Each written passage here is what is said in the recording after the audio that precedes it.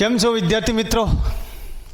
ધોરણ 10 યામ ભૂમિતિની અંદર દીકરાઓ આપણે 7.1 અને 7.2 ની અંદર અંતરસૂત્ર, વિભાજન સૂત્ર અને મધ્ય બિંદુના યામ આને લગતા ક્વેશ્ચનો જોયા. હવે જે આમાંથી 4 કે 5 MCQ પૂછાય, હેતુલક્ષી પ્રશ્નો પૂછાય, એ પ્રશ્નોના માર્ક્સ જો જોતા હોય આવો મારી સાથે. કયા પ્રકારના બોર્ડની અંદર MCQ જ પૂછાય છે, કયા પ્રકારના પ્રશ્નો ખરા ખોટા અથવા તો એક માર્ક્સના ખાલી જગ્યા સંદર્ભે પૂછાય છે, એની ચર્ચા આપણે ચેપ્ટરની અંદર તો કરેલી જ, પણ કેવા પ્રશ્નો આવે, ક્યાં તમે અટવાઓ, તો એની આપણે વિસ્તૃત ચર્ચા કરીએ. તો ફર્સ્ટ MCQની અંદર આપણે દીકરા આગળ વધીએ. અહીં આપણને ખરું ખોટું આપેલું છે.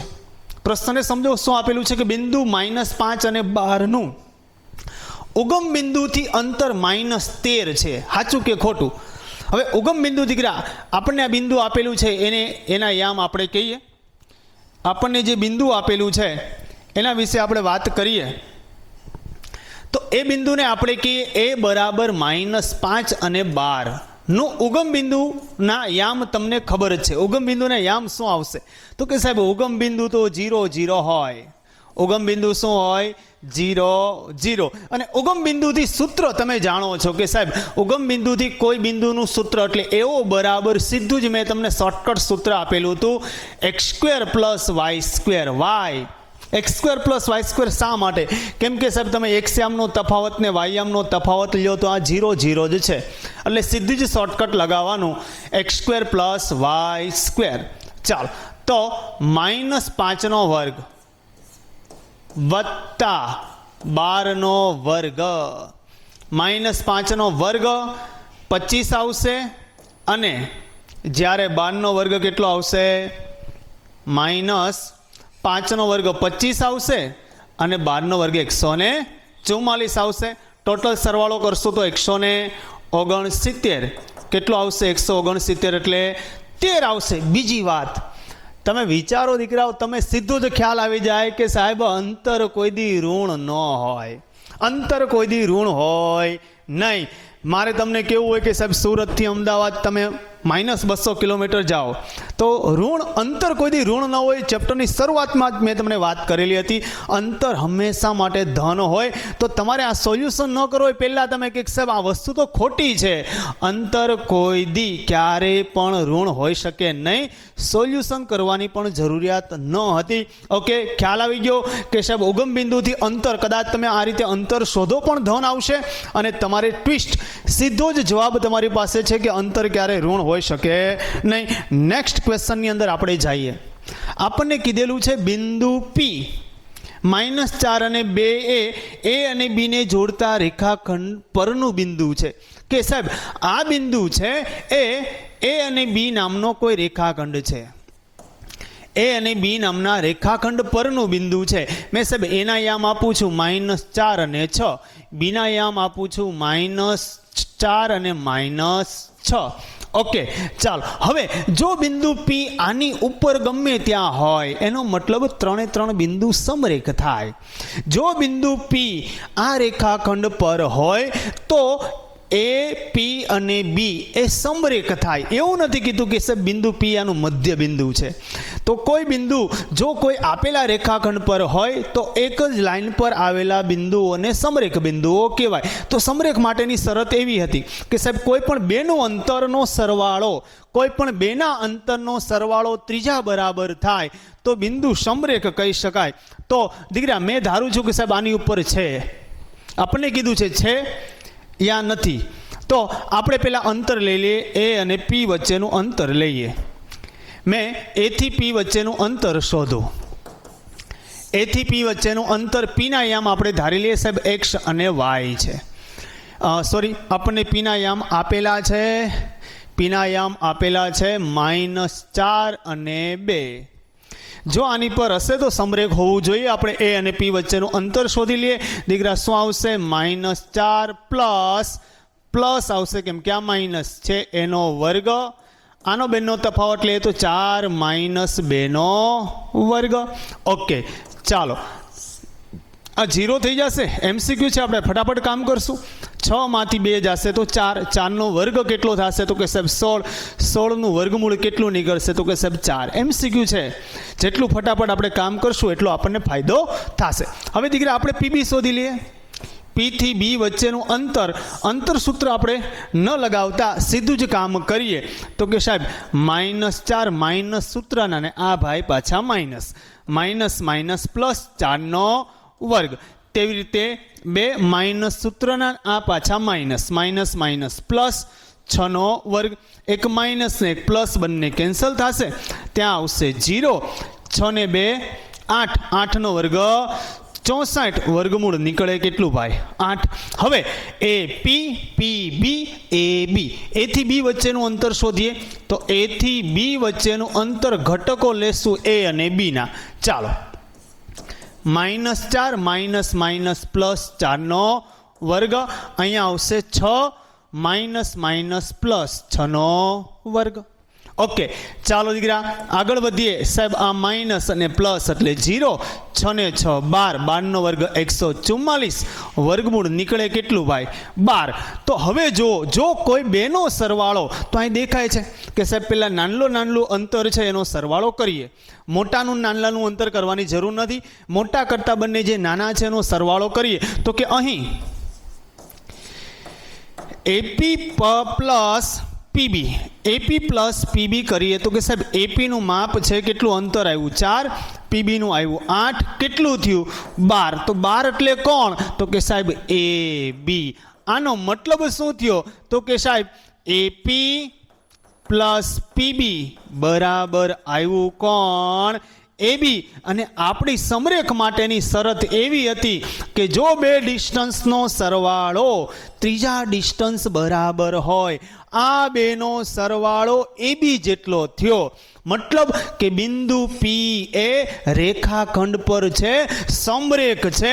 સમરેખ લખાય એ સમરેખ પી સમરેખ બી, બિંદુ પી એ રેખાખંડ એ બી પર આવેલું છે. પ્રશ્ન કરેલો છે કે જોડતા રેખાખંડ પરનું બિંદુ છે, તો આપણો આન્સર શું આવશે?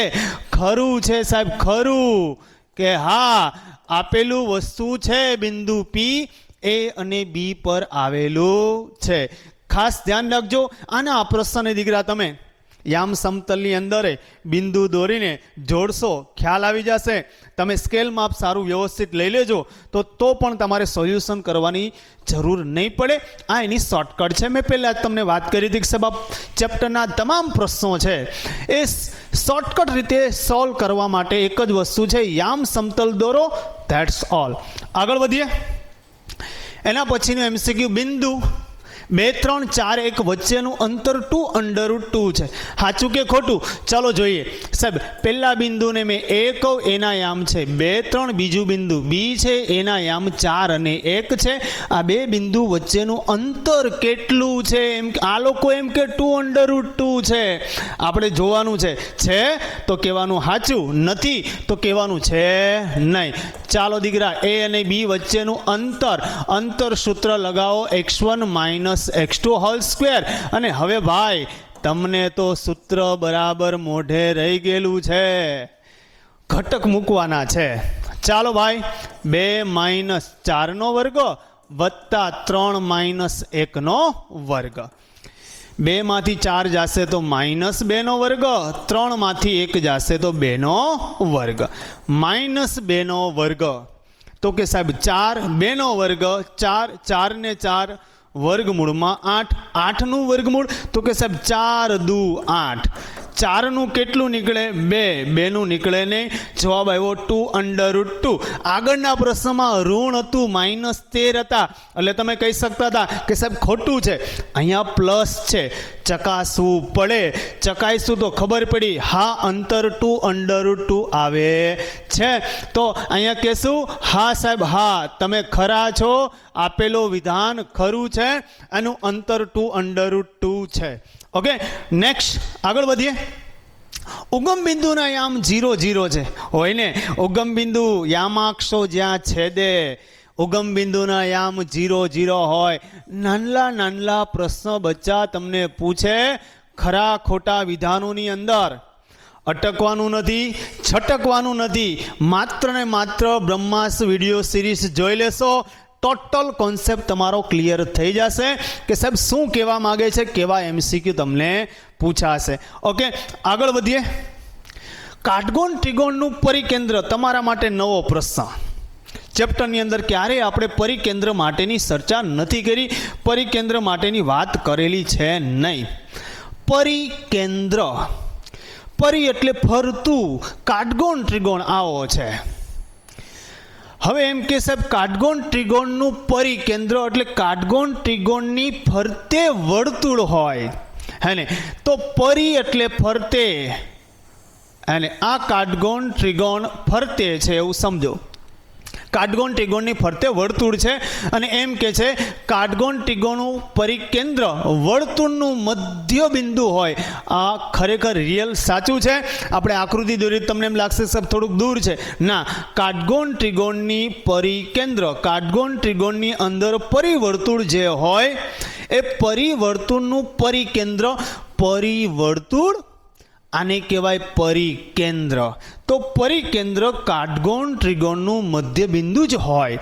તો પરિવર્તુળ એટલે શું? પરિકેન્દ્ર એટલે શું? પરિવર્તુળનું જે બિંદુ હોય એનું કેન્દ્ર એને કહેવાય પરિકેન્દ્ર. ફરતી બાજુ ચોરસ હોય, લંબચોરસ હોય કે ત્રિકોણ હોય, એની ફરતી બાજુ જો વર્તુળ સમાયેલું હોય, આવૃત હોય તો એને કહેવાય પરિવર્તુળ. અને કાટકોણ ત્રિકોણની અંદર આ આપેલ વિધાન ખરું છે કે કાટકોણ ત્રિકોણની અંદર એનું પરિકેન્દ્ર છે એ કાટકોણ ત્રિકોણના કર્ણનું મધ્ય બિંદુ હોય. ખ્યાલ આવી ગયો? પરિવર્તુળ એટલે શું? પરિવર્તુળનું કેન્દ્ર એટલે પરિકેન્દ્ર. નેક્સ્ટ આગળ વધીએ. એબીસીડી ચતુષ્કોણો આપણને આપેલા છે. એબીસીડી માટે નીચેના પૈકી કયું જૂથ સાચું ગણાય? આપણને સાહેબ 4 ઓપ્શનો આપેલા છે. સમબાજુ ચતુષ્કોણ, તો આપણને ચતુષ્કોણની ડિટેલ જો ધોરણ 9થી અંદર આપણે સમજેલા હશું તો આપણે સરળતાથી સોલ્વ કરી શકશું. સમબાજુ ચતુષ્કોણ કે સાહેબ એવો ચતુષ્કોણ કે જેની બધી બાજુના માપ સરખા હોય. આ ચતુષ્કોણ છે એબીસીડી, બધી બાજુના માપ સરખા હોય. હવે આપણને વિકલ્પમાં શું આપેલું છે? અહીંયા આપેલું છે એના વિકર્ણની જ વાત આપણને કરવામાં આવેલી છે. આ વિકર્ણ એસી અને આ વિકર્ણ બીડી. તો સમબાજુ ચતુષ્કોણના વિકર્ણ કાટખૂણે દુભાગે. તો સાહેબ પહેલાની સામે શું આવશે? પહેલા પ્રશ્નની સામે ઓપ્શન આવશે બી. હા ભાઈ, કે સમબાજુ ચતુષ્કોણના વિકર્ણ કાટખૂણે દુભાગે. બીજી વાત છે સમાંતર બાજુ ચતુષ્કોણ. તો સાહેબ જે ચતુષ્કોણની સામસામેની બાજુ, સામસામેની બાજુની જોડ સમાંતર હોય, એ ચોરસ હોય કે લંબચોરસ હોય, પણ સામસામેની જોડ સમાંતર હોય. એના માપ કેવા હોય એવું નથી. સામસામેની જોડ કેવી હોય? સમાંતર હોય. એની ખાસિયત એવી છે કે એ માત્ર ને માત્ર એના વિકર્ણો જે છે એબીસીડી, તો સમાંતર બાજુ ચતુષ્કોણ હોય એના વિકર્ણો દુભાગે, 2 ભાગ કરે. શું કરે? એના વિકર્ણ દુભાગે. જ્યારે સમબાજુના વિકર્ણો છે અહીંયા કાટખૂણો બને. શું બને? કાટખૂણો. પણ સમાંતર બાજુ ચતુષ્કોણ હોય એના વિકર્ણ 2 ભાગ કરે, દુભાગે.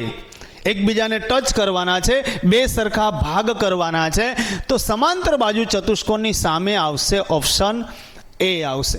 હવે 4 ઓપ્શનમાંથી તમે જોઈ શકો કે સાહેબ પહેલાની સામે બી આવતું હોય તેવું કોણ? તો મારી પાસે સી અને બી, બી અને સી જ એવા છે કે જેની અંદર પહેલાની સામે આવે છે બી.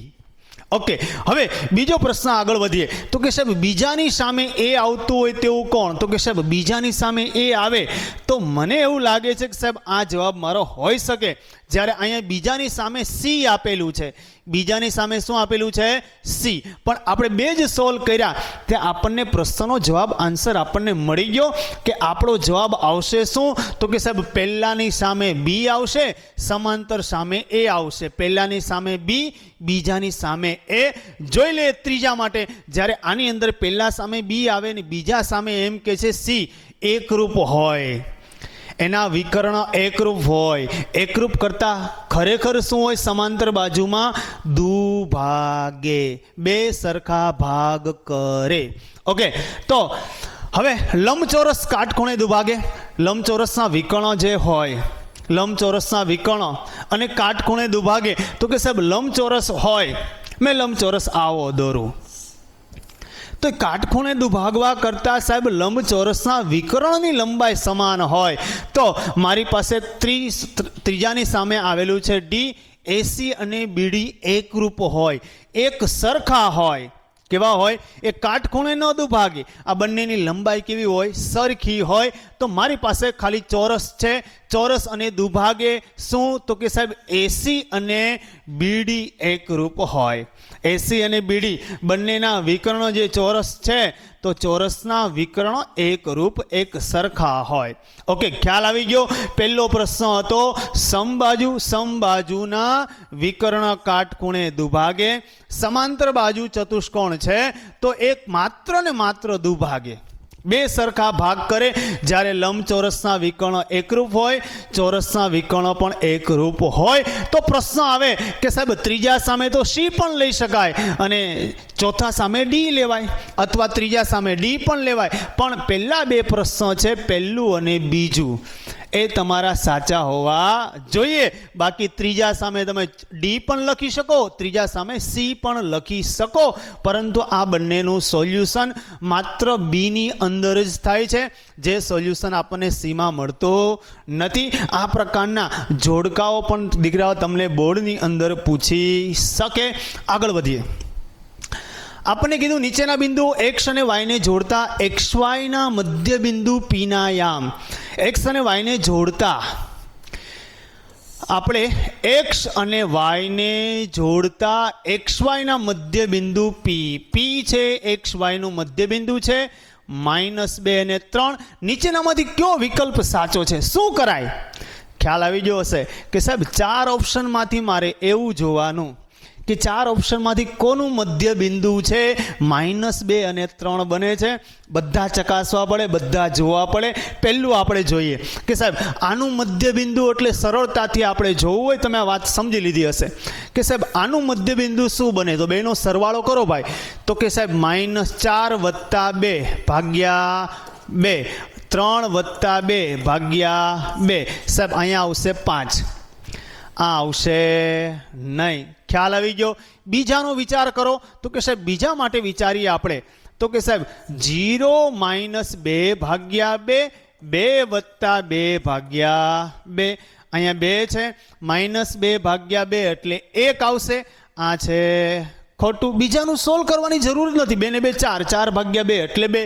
આ પણ ઓપ્શન આવશે નહીં. ચાલો આપણે આનું મધ્ય બિંદુ લઈએ. તો કે સાહેબ -6 + 2 ભાગ્યા 2, 2 + 4 ભાગ્યા 2. જોઈએ આનો આન્સર.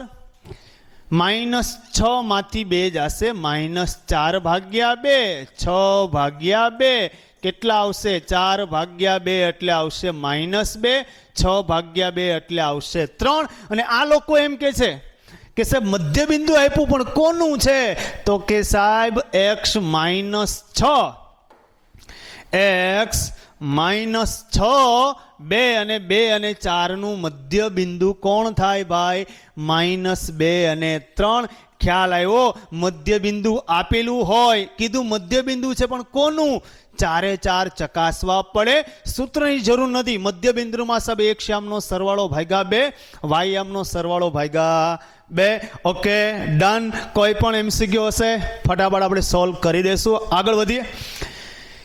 ABC આપેલા બિંદુઓ છે, 3 બિંદુ આપણને આપેલા છે. નીચે આપેલા પૈકી ખાલી જગ્યા સત્ય છે. દીકરા બોર્ડમાં આ ટાઈપનું MCQ ઘણી બધી વાર બોર્ડમાં પૂછાયેલું છે. આ ટાઈપના જ તમને અલગ અલગ 4 ઓપ્શનો આપેલા હશે.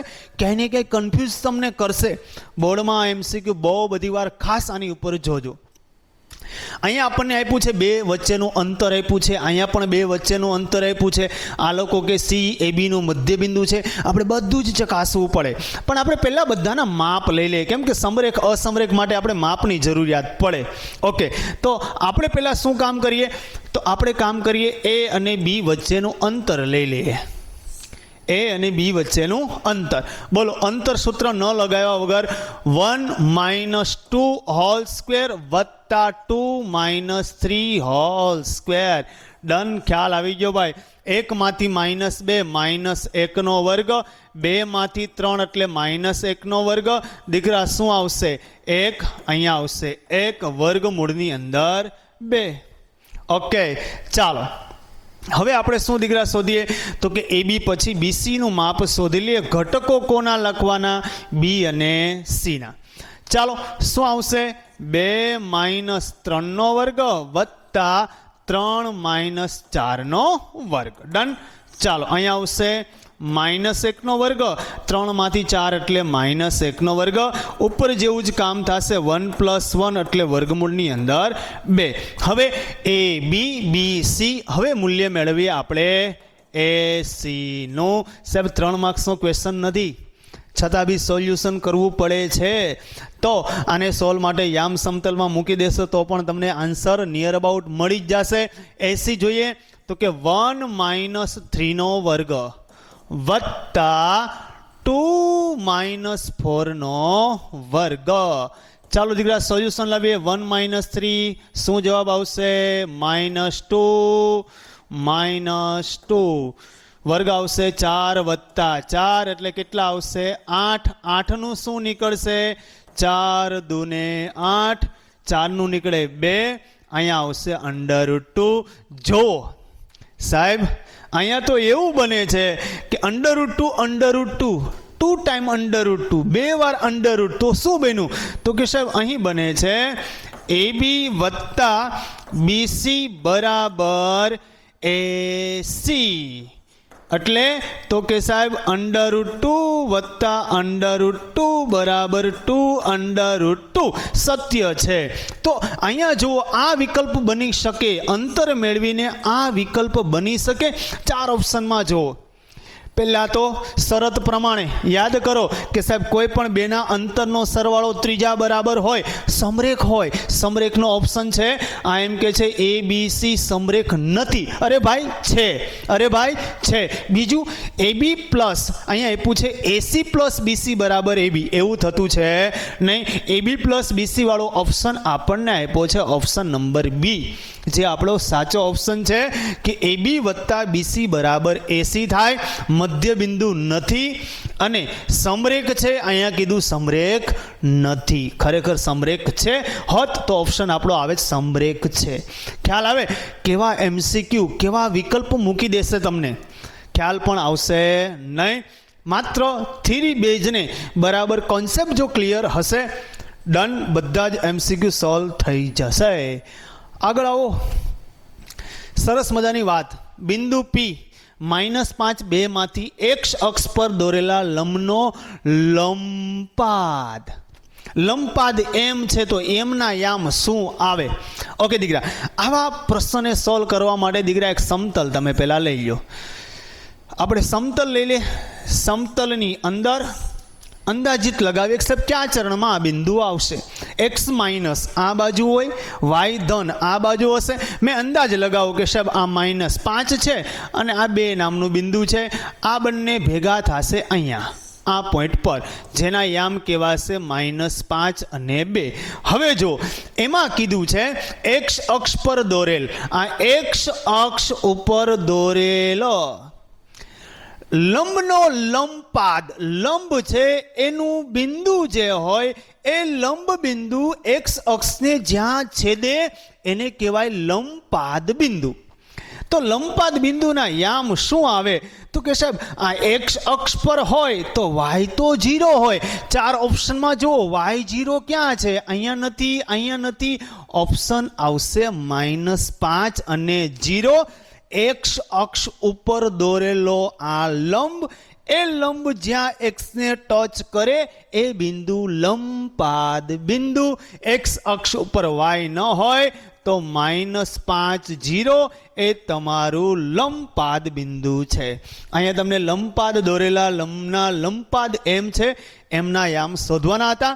સરળતાથી સોલ્વ થઈ ગયું. બીજું કશું કામ કરવાનું હતું નહીં. નેક્સ્ટ બિંદુ P માંથી y અક્ષ પર દોરેલા લંબનો લંબપાદ, જેવી રીતે x પર વાત આવી એવી રીતે y પર. ચલો ફટાફટ સોલ્વ તમે કરી નાખવાનો છે, મને ખ્યાલ આવી ગયો છે. x અક્ષ પરનું બિંદુ અહીંયા લઉં છું -3 અને અહીંયા લઉં છું 2. બંને ભેગા થશે ક્યાં? તો કે સાહેબ આ બિંદુ છે એના યામ છે -3 અને 2. હવે તને કીધું y અક્ષ પર, y અક્ષ પર દોરેલો લંબ, આ લંબ છે અને આ બિંદુ છે એ દીકરા લંબપાદ બિંદુ છે. આ બિંદુ લંબપાદ. તો y અક્ષ પરનું યામ શું આવે? સાહેબ y પર x 0 હોય અને y પરનું બિંદુ તો 2 હોય. 0 અને 2 આન્સર ક્યાં છે? તો આવશે પહેલો વિકલ્પ 0 અને 2. ખ્યાલ આવ્યો? x અક્ષ પર કે તો x ના યામ, y અક્ષ પર કે તો y ના યામ. y પર x 0, x પર y 0. ઓકે, ખ્યાલ આવી ગયો? આગળ વધીએ. આ બિંદુનું x અક્ષથી લંબ અંતર. હવે જોઈએ, સમતલ જ આપણે દોરીએ કે દીકરા બિંદુ મને શું આપ્યું છે? બિંદુ મારી પાસે છે 5 અને 3. પ્રથમ ચરણમાં છે, બંને ધન છે. મેં કહું છું કે સાહેબ x5 અહીંયા છે, y3 અહીંયા છે. આ બંને ભેગા આ સમતલની અંદર આ પોઈન્ટ પર થાય છે, એને લખાશે 5 અને 3. હવે કીધું છે આ બિંદુનું x અક્ષથી આ અંતર કેટલું થાય? તો કે સાહેબ આ અંતર તો y જેટલો હોય એટલો હોય. અંતર કેટલું થાય? તો કે સાહેબ x અક્ષથી અંતર, આ બિંદુનું x અક્ષ છે એનાથી આ અંતર કેટલું? x થી કીધું તો આ અંતર કેટલું? તો કે સાહેબ 3. તો સીધું જ લખાય x અક્ષથી અંતર બરાબર માનાંકમાં y યામ. આ એની સીધી શોર્ટકટ છે. x અક્ષથી અંતર કીધું હોય તો માનાંકમાં y યામ, y અક્ષથી કીધું હોય તો માનાંકમાં x યામ. અંતર ધન હોય એટલા માટે માન દેવામાં આવે. આનો y યામ કેટલો છે? તો કે સાહેબ 3 છે, ધન છે. તો જવાબ આવશે 3. 3 એ તમારો સાચો જવાબ છે દીકરા. ક્યારેક તમને બિંદુ માઇનસ આપેલું હોય તો અંતર ક્યારે ઋણ હોય નહીં. x અક્ષ માનાંકમાં y યામ, y અક્ષ માનાંકમાં x યામ. ઓકે, આગળ વધીએ. y અક્ષથી લંબ અંતર, જેવો પ્રશ્ન મેં બોલ્યો એવું જ તમે તરત જ કહેશો સાહેબ y અક્ષથી લંબ અંતર. દીકરા શું સૂત્ર મારશો? તો કે સાહેબ x યામ, માનાંકમાં x યામ.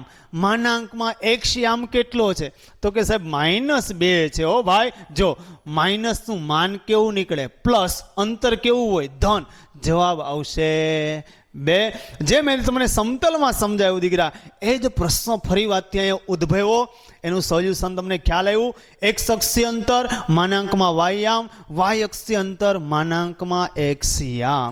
બરાબર તમે સમજી ચૂક્યા હશો? કોઈ પણ પ્રશ્ન તમને આવો પૂછાશે, ધડ સોલ્યુશન થઈ જાય. ઓકે દીકરા, બિંદુ આ અને આ વચ્ચેનું અંતર 5 એકમ આપ્યું છે. જે આપણે સ્વાધ્યાયમાં ક્વેશ્ચન કરેલા છે તે જ ક્વેશ્ચનો છે. બિંદુ a બરાબર 2 અને -3, બિંદુ b બરાબર 5 અને a.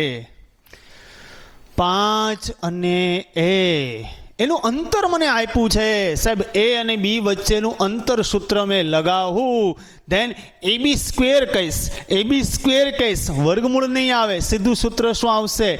x1 x2 નો વર્ગ વત્તા y1 y2 નો વર્ગ.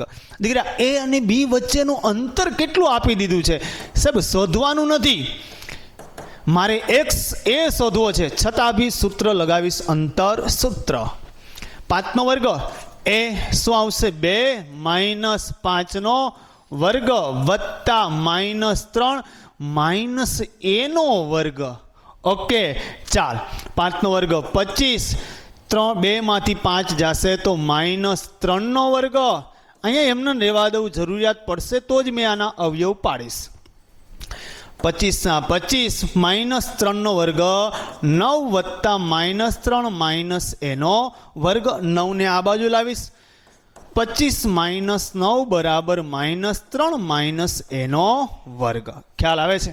ઓકે, 25માંથી 9 જશે તો 16 આવશે. 16 બરાબર -3 - એનો વર્ગ. મેં અવયવ ન પડ્યા, કામ આવ્યું. કેમ? આ બાજુ સિંગલ ડિજિટ જ છે. વર્ગ સામેવાળાને વર્ગમૂળમાં 16 બરાબર બચ્યું કેટલું? -3 - 16નું વર્ગમૂળ, કોઈ પણનું વર્ગમૂળ પ્લસ ઓર માઇનસ બંને નીકળે, 4 આવશે. અહીંયા આવશે -3 - એકવાર 4 આપી દઉં અને એકવાર -4. ખ્યાલ આવે છે? ઓકે, ચાલો દીકરા, એની માઇનસ છે અને આ બાજુ લઉં. એ બરાબર -3, 4 પેલી બાજુ -4, એ બરાબર -7. ઓપ્શનમાં જોવાનું છે કે સાહેબ -7 આવ્યો નથી. ચાલો આગળ લઈએ. માઇનસ અને આ બાજુ પ્લસ, -3 + 4, એ બરાબર 4માંથી 3 જશે તો 1. આપણો જવાબ આવે છે એની વેલ્યુએશન -7 અને 1. કયો ઓપ્શન છે? -7 અને 1. તો કે સાહેબ -1 અને 7 છે પણ જવાબ છે -7 અને 1. પહેલું જ ખાનું આપણો જવાબ રહેશે. ખ્યાલ આવે છે? આપણને અંતર આપી દીધું હતું. સરસ મજાની વાત આપણે સ્વાધ્યાયની અંદર 7.1ની અંદર આ જ પ્રશ્ન આપણે સોલ્વ કર્યો હતો, જે MCQમાં નાનલા એવા સ્વરૂપે પૂછાઈ ગયો. સરળતાથી કેમ સોલ્વ કરવા માટે એક જ ટ્રીક આપણી પાસે હોય. ઉગમ બિંદુ કેન્દ્ર હોય, ઉગમ બિંદુ કેન્દ્ર હોય તેવા એક વર્તુળ દાખલો કર્યો હતો. જોયો તમે વિડીયો?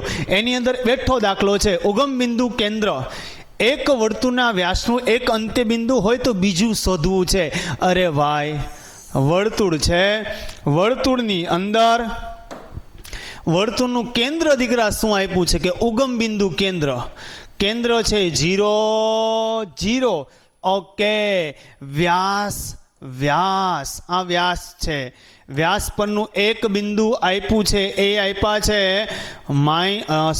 એ આપ્યા છે 3 અને -2. 3 અને -2, બીના યામ આપણે શોધવાના છે, x અને y. શું થાય? ઉગમ બિંદુ O કેન્દ્ર છે. ઉગમ બિંદુ શું બને?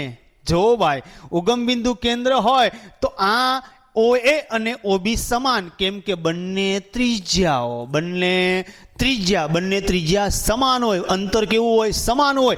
તો કે સાહેબ ત્રિજ્યા સમાન થાય અને O મધ્ય બિંદુ થાય. કોનું? AB નું મધ્ય બિંદુ O થાય. તો મધ્ય બિંદુથી શરૂઆત કરીએ. O મધ્ય બિંદુ O, 0, 0 સૂત્ર, x1 x2/2 y1 + y2/2. અહીંયા દીકરા 0 અને 0. કોનું? AB નું. જો ભાઈ, 3 + x/2 -2 + y/2. ચાલો, અહીંયા મારી પાસે દીકરા છે 0, 0. હવે આપણે અહીં સરવાળો થઈ શકે તેમ નથી, તો આપણે દીકરા શું કરીએ? x યામને સરખાવીએ, y યામને સરખાવીએ, તો શું આવશે? 0 બરાબર 3 + x/2 और 0 बराबर 3 + x/2 और 0 बराबर -2 + y/2. દીકરા આપણે 0 સાથે મલ્ટીપ્લાય કરશું, ગુણાકાર કરશું. 0 બરાબર 3 + x, x શોધવાના, -3 બરાબર x. જ્યારે આને 0 સાથે ગુણશું તો 0 બરાબર -2 + y, -2 આ બાજુ લાવશું તો પ્લસ. આપણને દીકરા બિંદુ P ના યામ શોધવાના હતા, જે મળશે -3 અને 2. ઓપ્શન આપણો પહેલો -3 અને 2 એ આપણો ખરો ઓપ્શન છે, સાચો વિકલ્પ છે. આપણે સરસ મજાની વાત કરેલી હતી. ઉગમ બિંદુ કેન્દ્ર આપેલું હતું, આપણે દીકરા એક બિંદુના યામ આપેલા હતા, બીજાના શોધવાના છે. અંતરસૂત્રથી અથવા મધ્ય બિંદુથી આપણે સરળતાથી આને સોલ્વ કરી શકીએ. નેક્સ્ટ મજાના MCQ છે. આવા જ MCQ પૂછાય. MCQમાં બીજું કશું ન હોય, કોન્સેપ્ટ ક્લિયર હોય. પ્રેક્ટિસ ઉપર પ્રેક્ટિસ, જેટલા MCQ તમે વધારે જોશો એટલો તમને ફાયદો થશે. એના સોલ્વ કરવા માટે એક જ વાત છે, પ્રેક્ટિસ. પેન પકડો, તૈયારી કરો, PPT જુઓ, PPTની અંદરથી જે પીડીએફઓ છે એની અંદરથી સોલ્વ કરવાનું શરૂ કરો. MCQ ફર MCQ તમારા સોલ્વ થશે. બિંદુ પી ઉગમ બિંદુનું અંતર. અરે ભાઈ, ઉગમ બિંદુથી કોઈ પણનું અંતર એટલે એક જ વાત. ઉગમ બિંદુથી અંતર એટલે સીધું જ સૂત્ર. કયું સૂત્ર ભાઈ? તો કે સાહેબ વર્ગમૂળની અંદર x² + y². શા માટે? અરે ભાઈ, x1 - x2 હોલ કરો તો 0 0 માંથી x1 જશે એટલે x જ રહેવાનો અને y જ રહેવાનો છે. આપણે અહીં મૂકી દઈએ. x એટલે કેટલા છે? -5નો વર્ગ. અહીંયા આવશે 7નો વર્ગ. 5નો વર્ગ કેટલો આવશે? 25. અહીંયા આવશે 49. વર્ગમૂળની અંદર જોઈએ 9 ને 5 4, 5 6 ને 7, વર્ગમૂળમાં 74. 74 નું વર્ગમૂળ કઈ નીકળે નહીં. શું જવાબ આવશે?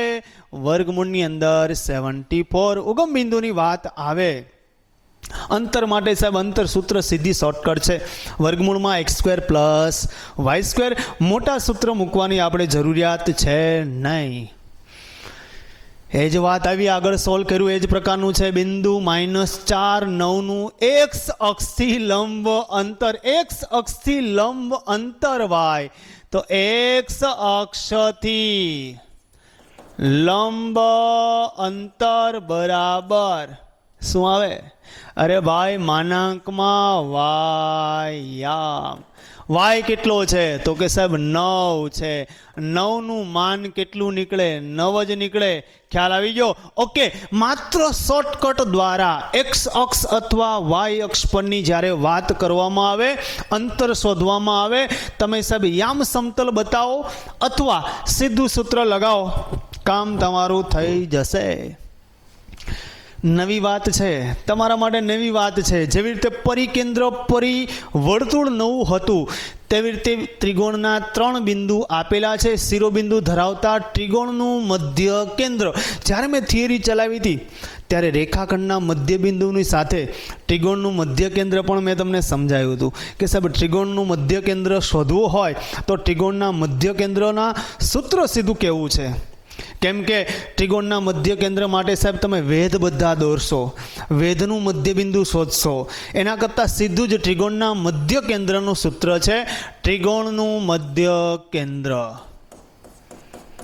ત્રિકોણનું મધ્ય કેન્દ્ર યાદ કરો. શું આવશે પહેલા? x1 + x2 + x3/3. રેખાખંડના મધ્ય બિંદુ માટે x1 અને x2 હતું. ત્રિકોણ માટે 3 ઘટકો હોય x1 x2 x3. ભાગ્યા ત્યાં 2 આવતા હતા, અહીંયા આવશે 3. અહીંયા આવશે y1 + y2 + y3/3. શા માટે? ત્રિકોણના 3 બિંદુઓ છે. ચાલો દીકરા આપણે શિરોબિંદુઓ લઈ લઈએ. પહેલો ઘટક એટલે કે 3 + 7 + 2 ભાગ્યા 3. અહીંયા આવશે 2 + 5 + 1 ભાગ્યા 3. ઓકે. ચાલો ભાઈ 7 ને 3 10, 10 ને 2 12, 12 ભાગ્યા 3, 5 ને 2 7, 7 ને 1 8 ભાગ્યા 3. જવાબની એકદમ નજીક. 3 ચોકા 12, 4 અને 8 ને 3 વડે ભાગી શકાય નહીં. જવાબ આવશે 4 અને 8/3. ખ્યાલ આવ્યો? ત્રિકોણનું મધ્ય કેન્દ્ર કે રેખાખંડનું મધ્ય કેન્દ્ર કે દીકરા એક જ સૂત્રને આધીન ચાલવાનું. ત્રિકોણ માટે 3 બિંદુ એટલે નીચે આવશે 3. ઓકે, સમજી ગયા હશો? આગળ વધીએ. આપણને દીકરા પ્રશ્ન આપેલો છે એ અને બી ને જોડતા રેખાખંડનું 1:3 1:2 ગુણોત્તરમાં વિભાજન કરતું બિંદુ ક્યાં ચરણમાં છે? તો પહેલાં આપણે બિંદુ શોધવું પડશે. એના યામ કેવા છે, પ્લસ અને માઇનસ, એના આધારે આપણે ડિસાઇડ કરશું. તો દીકરા આપણને ગુણોત્તર અહીં આપેલો છે m = 1 જ્યારે n = 2. ઓકે, વિભાજન સૂત્ર આપણે લગાવીએ દીકરા. તો વિભાજન સૂત્ર એટલે કે વિભાજન કરતા બિંદુ ના યામ. દીકરા સૂત્ર શું આવશે? યાદ કરો. વિભાજન સૂત્ર m x2 plus n x1 m x2 plus n x1 by m plus n m y2 plus n y1 by m plus n. Done. Okay, ચાલો. એમ અને એન કેટલા છે કે 1 અને 2, એટલે આપણે શું લખશું તો કે સાહેબ આપણે લખશું 1 બ્રેકેટ 2 બ્રેકેટ 1 વત્તા 2. અહીંયા પણ શું કરશું તો કે 1 બ્રેકેટ વત્તા 2 બ્રેકેટ છેદમાં 1 વત્તા 2. આપણે ઘટકો લખી કાઢીએ કોના? એ અને બીના. x2 એટલે ભાઈ મારી પાસે છે -2, x1 તો કે સાહેબ 4 છે, જ્યારે y2 -3 છે, y1 -1 છે. સાદરૂપ આપી દઈએ, ખ્યાલ આવી જશે આપણને કે કયું બિંદુ મળે છે. -2 કા -2, 4 દુને 8 ભાગ્યા 3, -3 -2 ભાગ્યા 3. ચાલો, 8 માંથી 2 એટલે 6 ભાગ્યા 3, પ્લસ આવશે, અહીંયા આવશે -5 ભાગ્યા 3. આપણે માત્ર દીકરા નિશાની જોવાનું, એનો જવાબ શું આવે આપણે નથી સાથે. આપણને કીધું ક્યાં ચરણમાં છે. ચરણમાં જવા માટે આપણે નિશાની આવશે 3 દુને 6, અહીંયા 2 આવશે, અહીંયા -5 છેદમાં 3. જો નિશાની તમને ખ્યાલ હોવી જોઈએ. x ધન y ઋણ, x ધન y ઋણ. સાહેબ ચરણની વાત કરીએ તો બંને લોકો ધન, બીજામાં માઇનસ પ્લસ નિશાની હોય, સામે ધન ધન ઋણ ઋણ, ધન ધન ઋણ ઋણ. અહીંયા શું આવશે તો કે સાહેબ ધન અને ઋણ. તમારો જવાબ કેવો છે તો કે સાહેબ ધન અને ઋણ. ધન અને ઋણ ક્યાં આવે છે તો કે ધન અને ઋણ તમને એક જગ્યા પર દેખાય છે. કઈ જગ્યા પર, ક્યાં ચરણમાં દેખાય તો કે સાહેબ ધન અને ઋણ માટે ચોથું ચરણ છે. તો અહીંયા મજાની વાત કરી, આપણને સાહેબ વિભાજન કરતા બિંદુ ન પૂછ્યું, એમ કીધું કે એ બિંદુ ક્યાં ચરણમાં છે. તો આપણે વિભાજન બિંદુ છે કેટલું આવે એનાથી મતલબ નથી, એની નિશાની કઈ છે. ધન ઋણ માટે આવશે ચતુર્થ ચરણમાં. વિભાજન કરતા બિંદુ ચતુર્થ ચરણમાં રહેલું છે. ખ્યાલ આવ્યો? માત્ર થોડોક ટ્વિસ્ટ. અત્યાર સુધીના દાખલાઓની અંદર માત્ર આપણે વિભાજન કરતા બિંદુ શોધ્યું હતું અથવા તો ગુણોત્તર શોધ્યો હતો.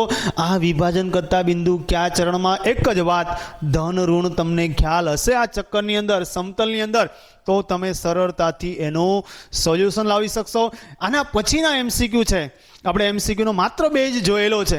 આ પ્રકારના કંઈ પણ વિધાનોની અંદર પૂછે, જોડકાઓ પૂછે, એટલા કોન્સેપ્ટોની અંદરથી આ ચેપ્ટરમાંથી દીકરા તમને MCQ પૂછી શકે છે. એના સિવાયના એક્સ્ટ્રા MCQ કેવા પૂછે, ક્યાં તમને ટ્વિસ્ટ કરીને પૂછશે, એ જોવા માટે, એને સોલ્વ કરવા માટે મેં તમને DPP સંદર્ભે આ ચેપ્ટરના MCQ મૂકીશ. એ MCQને દીકરા તમે સોલ્વ કરજો. ક્યાંય તમને અગવડતા મળે તો અમારા બ્રહ્માસ એપ્લિકેશનનો કોન્ટેક્ટ કરજો, એની અંદર મેં સોલ્યુશન મૂકેલું હશે. આશા રાખું છું MCQ સિરીઝની અંદર તમને જે MCQ કરાવ્યા, બોર્ડની અંદર જે પૂછાયેલા MCQ છે એ જ ટાઈપના MCQ છે. તો દીકરા આ ચેપ્ટરનો એક પણ માર્ક્સ ન કપાશે જો MCQને તમે પ્રેક્ટિસ કરશો તો. જે અમે DPP આપીએ છીએ એનું સોલ્યુશન તમે જાતે કરશો તો એક પણ માર્ક્સ નહીં કપાય. આશા રાખું છું ફરી વાતથી મળીશું. Thank you. કેટલો